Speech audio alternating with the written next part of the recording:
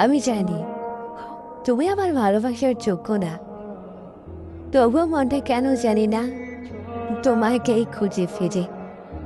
হাজারবার নিজেকে বুঝিয়েছি, মনটা কিছুতেই মানতে চায় না।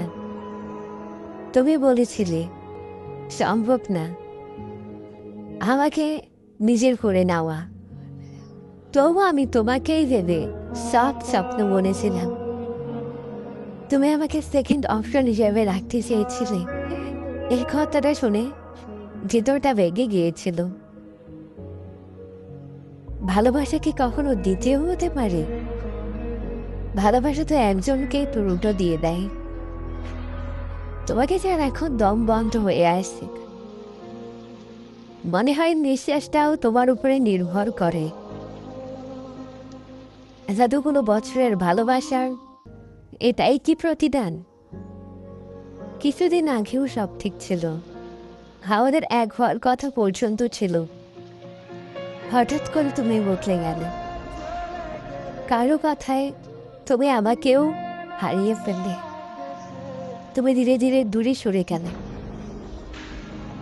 প্রথমে কথা কমে গেল, তারপর আগ্রহ কমে গেল, তারপর একসময় সব কিছুই থেমে গেল। পুরোপুরি যোগাযোগ বন্ধ হয়ে গেল। আমি সব বুঝি, তবুও মানতে পারি না। মনটা এখনো তোমাকেই চাই। এতগুলো বছরের অভ্যাস, এতগুলো বছরের স্বপ্ন, এতগুলো বছরের ভালোবাসা, এতগুলো বছরের মায়া, সব একসাথে জুড়ে আছে। সবকিছু নিয়ে এত সহজে ভুলে যাওয়া যায়? আমি ধীরে ধীরে নিজেকে হারিয়ে ফেলছি, নিজেকেই আর চিনতে পারছি না। বিশ্বাস করো, আমি ভেঙে পড়ছি, তোমাকে ছাড়া থাকতে পারছি না। তুমি বলো, এখনো ভালোবাসো, তাহলে এমন করে দূরে সরে গেলে কেন? যে ভালোবাসে সে কখনো কাউকে দ্বিতীয় অপশন হিসেবে রাখে না। ভালোবাসা কি কখনো কাউকে অপেক্ষায় রেখে শান্ত থাকতে পারে?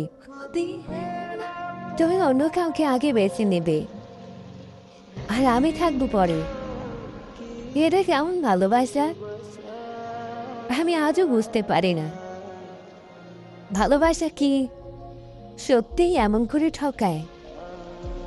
মানুষ যে এভাবে যত্ন করে ঠকাতে পারে আগে ভাবিনি, আজ বুঝছি।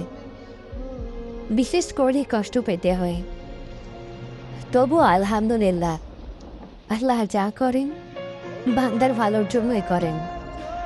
হয়তো এই কষ্টটা আমার পরীক্ষা, হয়তো এর মাঝে কোনো ভালো লুকিয়ে আছে। তুমি হয়তো আমাকে ভুলে যাবে, কিন্তু আমি তোমাকে বলতে পারবো না, কারণ আমি শুধু ভালোবাসিনি, তোমাকে আমার জীবনের অংশ বানিয়েছিলাম। তবুও একদিন হয়তো আমিও শিখে যাব কিভাবে কষ্ট নিয়ে বাঁচতে হয়।